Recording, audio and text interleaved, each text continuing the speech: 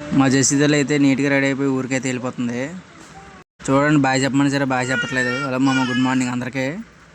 పొద్దున్నే నాకైతే ఆమ్లెట్స్ అయితే పెట్టారు. దాంట్లో కొద్దిగా చట్నీ కూడా చేశారు. చట్నీ అయితే పొల్లగా ఉంది. ఇప్పుడు మ్యాటర్ ఏంటంటే ఫ్యామిలీ అంతా అయితే ఊరికైతే వెళ్ళిపోతున్నారు. ఇప్పుడైతే సింగిల్గా అయితే ఇంటికాడ ఉన్నాను నేను. అందరూ అయితే ఊరికి వెళ్ళిపోతున్నారు కదా అని చెప్పి నా కోసం అయితే మటన్ అయితే తెచ్చారు. మటన్ అయితే ఫ్రిడ్జ్లో ఉందని చెప్పారు.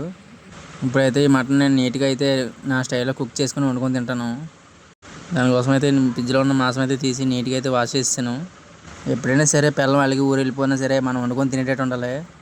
ఆ విధంగా మనం వండుకోకపోతే పిల్లలు అయితే బ్యాక్మెయిల్ అయితే చేస్తారు, మీరు వండుకోలేరని. ఇప్పుడైతే మటన్ అయితే నా స్టైల్లో మసాలా ఏమి వేయకుండా సింపుల్గా కుక్ చేస్తాను, చూసి నేర్చుకోండి. దానికోసం అయితే ముందుగా స్టవ్ మీద పెనం పెట్టుకుని ఆయిల్ వేసుకొని ఉల్లిపాయ మిరపకాయలు కట్ చేసి వేసుకొని బాగా వేయించుకోవాలి. ఇప్పుడు కొద్దిగా కరివేపాకు కూడా వేసుకొని బాగా వేయించుకొని మనం ముందుగా కడిగి పెట్టుకున్న మాంసం అయితే అందులో వేసేయాలి. మాంసం మనం ఎంత నీట్గా కడిగి పెట్టుకుంటే కూర అయితే అంత టేస్ట్గా ఉంటుంది. పెనంలో వేసుకున్న మాంసాన్ని కొద్దిసేపు అటు ఇటు కలుపుకొని బాగా వేయించుకోవాలి. ఇప్పుడైతే దాంట్లోకి అయితే నేను 3 టమాటాలు అయితే తీసుకుంటున్నాను, కోసి పెట్టుకున్నాను పక్కనే. చూడండి, మాంసం అయితే 90% అయితే కుక్ అయిపోయింది. అలా మాంసంలో వాటర్ అంతా పోయి దగ్గరికి అయిపోయిన తర్వాత ఇప్పుడైతే టమాటాలు కోసి పెట్టుకొని టమాటాలు కూడా బాగా వేపుకోవాలి.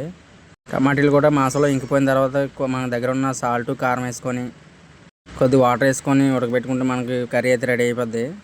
అలా ఆ విధంగా కర్రీ అయితే రెడీ చేసుకోవాలి. ఎప్పుడైనా భార్య అడిగి అలా అమ్మగారింటికి వెళ్ళిపోయినా సరే భయపడకుండా వండేసుకోవాలి. ఇంతవరకు ఈ వీడియో నచ్చినట్లయితే లైక్ చేయండి, సబ్స్క్రైబ్ కూడా